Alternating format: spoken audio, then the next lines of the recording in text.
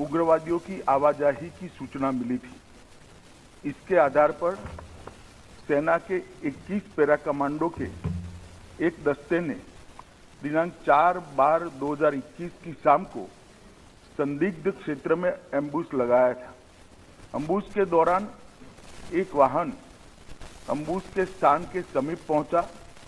उसे रुकने का इशारा और प्रयास किया गया।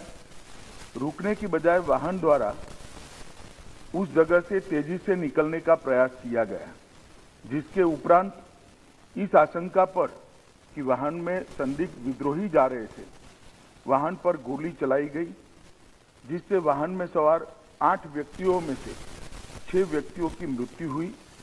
बाद में ये गलत पहचान का मामला पाया गया। जो 2 लोग घायल हुए थे, उन्हें सेना द्वारा ही इलाज हेतु नजदीकी स्वास्थ्य केंद्र में ले जाया गया। यह समाचार प्राप्त होने के बाद स्थानिक ग्रामीणों ने सेना की टुकड़ी को घेर लिया, 2 वाहनों को जला दिया और उन पर हमला किया। इसके परिणाम स्वरूप सुरक्षा बल के एक जवान की मृत्यु हो गई तथा कई अन्य जवान घायल हो गए।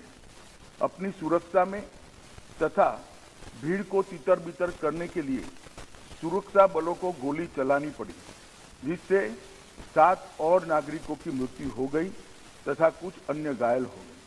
स्थानीय प्रशासन और पुलिस ने स्थिति को सामान्य करने के प्रयास किए हैं। अभी स्थिति तनावपूर्ण लेकिन नियंत्रण में बनी हुई है। पुलिस महानिदेशक नागालैंड और आयुक्त नागालैंड ने दिनांक 5/12/21 को घटनास्थल का दौरा किया।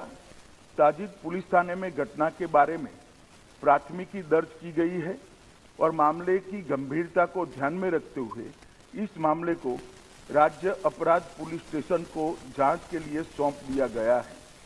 इस संदर्भ में एक विशेष जांच टीम एसआईटी का गठन किया गया है, जिसे 1 माह के अंदर जांच पूरी करने के निर्देश दिए गए हैं। उपरोक्त घटना के पश्चात दिनांक 5/12/21 की शाम में लगभग 250 लोगों की उद्वेलित भीड़ ने मोन शहर में असम राइफल की कंपनी ऑपरेटिंग बेस पर तोड़फोड़ की। भीड़ ने सीओबी के मकान में आग लगाई, जिसके उपरांत असम राइफल की टुकड़ी को भीड़ को तितर-बितर करने के लिए गोली चलानी पड़ी। इसके कारण एक और नागरिक की मृत्यु हो गई और एक अन्य घायल हो गया। प्रभावित क्षेत्र में किसी और अप्रिय घटना को रोकने के लिए अतिरिक्त बलों की तैनाती कर दी गई है।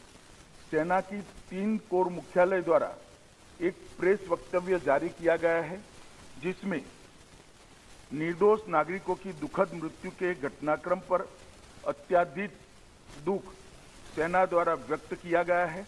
सेना द्वारा इन दुर्भाग्यपूर्ण मृत्यु के कारणों की जांच उच्चतम स्तर पर की जा रही है और कानून के अनुसार समुचित कार्यवाही की जाएगी।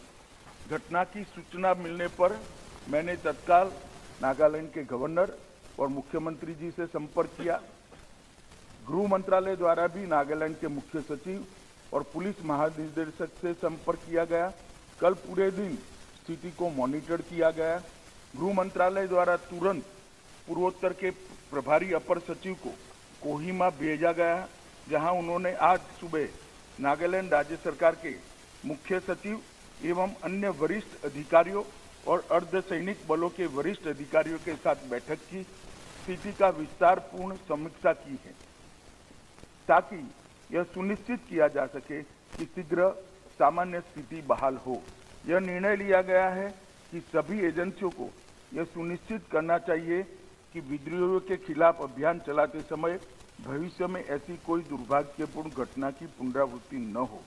सरकार स्थिति पर सूक्ष्मता से नजर रख रही है और क्षेत्र में शांति और सौहार्द सुनिश्चित करने के लिए आवश्यकता अनुसार जरूरी उपाय भी किए जा रहे हैं। राज्य प्राधिकारियों ने एहतियात के तौर पर प्रभावित इलाकों में निषेधाज्ञा लागू की है। भारत सरकार नागालैंड में हुई इस दुर्भाग्यपूर्ण घटना पर अत्यंत खेद व्यक्त करती है और मृतकों के परिवारों के प्रति गहरी संवेदना व्यक्त करती हूँ।